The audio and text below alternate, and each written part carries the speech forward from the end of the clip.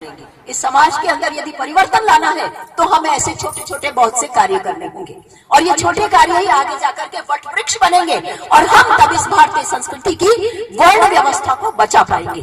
ये आप व्रत लेकर जाओ कल इस यज्ञ में, इसमें कि हम ये कार्य करेंगे। इसके लिए आपसे बड़ा और कोई नहीं, पिता नहीं कर पाएगा, माता ही इस कार्य को करेगी। आपको ले चलते हुए अयोध्या में इस समय भगवान राम के अवतरण की अवधि आ रही है कि भगवान राष्ट्र में राम मंदिर की भूमिका बन रही है। तो परमात्मा अयोध्या में इक्ष्वाकु वंश के पूर्वज कैसे थे, मैं आपको ले चलती हूँ। अखंड ज्योति में ही आया है, उसी से बोल रही हूँ। इक्ष्वाकु परंपरा में एक हुए राजा ऋतध्वज, और राजा ऋतध्वज का जो पुत्र है रुक्मध्वज, और रुक्मध्वज की पत्नी का नाम है विंध्या देवी, और विंध्या देवी और रुक्मध्वज के जो पुत्र है वो है धर्मध्वज। और उस राज्य में राजा के इक्ष्वाकु परंपरा के राजा राम के वंशज पूर्वज, और उन्होंने पूर्वज भगवान श्री राम के पूर्वज।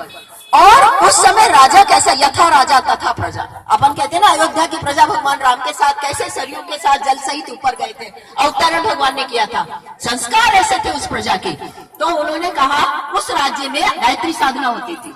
राजा के दो ही संकल्प थे कि एक तो गायत्री साधना करेंगे प्रजा के साथ राजा भी, और दूसरा राजा जो है एकादशी का व्रत संपूर्ण प्रजा को दे रखा। पूरी प्रजा जो है अयोध्या की एकादशी का व्रत करती है और गायत्री साधना करती है।